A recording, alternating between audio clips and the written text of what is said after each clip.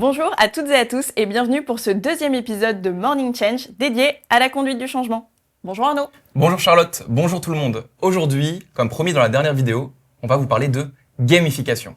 Et oui, parce que former des utilisateurs sur un nouvel outil ERP ou un nouvel outil de pilotage, c'est pas ce qu'il y a de plus fun.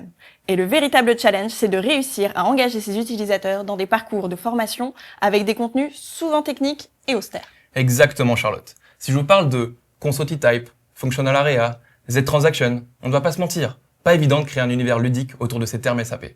Et pourtant, nous avons réussi à le faire en créant une formation par le jeu pour l'un de nos clients. On vous montre ? Pour nos premières formations sur les principaux changements portés par le nouveau corps modèle finance ERP, plutôt que de commencer par des cours théoriques, nous avons choisi de construire et d'animer un plateau de jeu sur le thème d'un tournoi dans une école de sorcellerie. Les équipes se forment et choisissent une maison dont nous avions dérivé le nom d'une des valeurs clés de l'entreprise et attribué à chacune une capacité spéciale à utiliser durant le jeu, un sort iconique.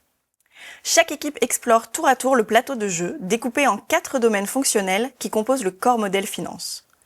On avance d'une case et on exécute un défi avec un gardien pour obtenir une carte ressources détaillant les points clés du changement de chaque domaine. Certains challenges se réalisent équipe contre équipe. Chaque équipe peut user de sorts pour faciliter sa progression ou ralentir ses adversaires.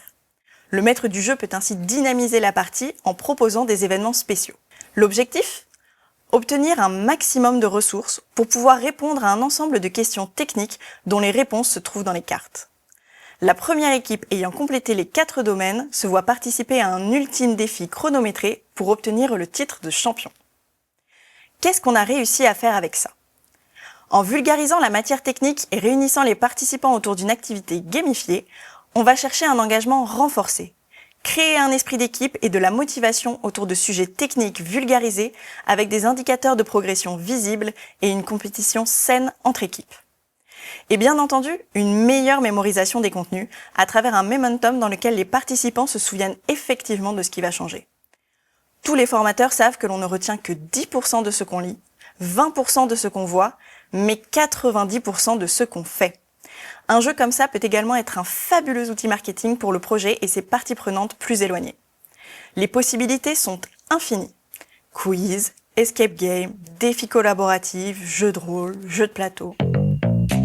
Donc, la prochaine fois que vous entendez parler d'atelier de conduite du changement, plutôt qu'un PowerPoint de 50 slides, pensez plutôt à un plateau de jeu. Et si vous entendez parler d'un projet finance un peu complexe, n'hésitez pas à y ajouter un peu de légèreté. Ça ne fait jamais de mal.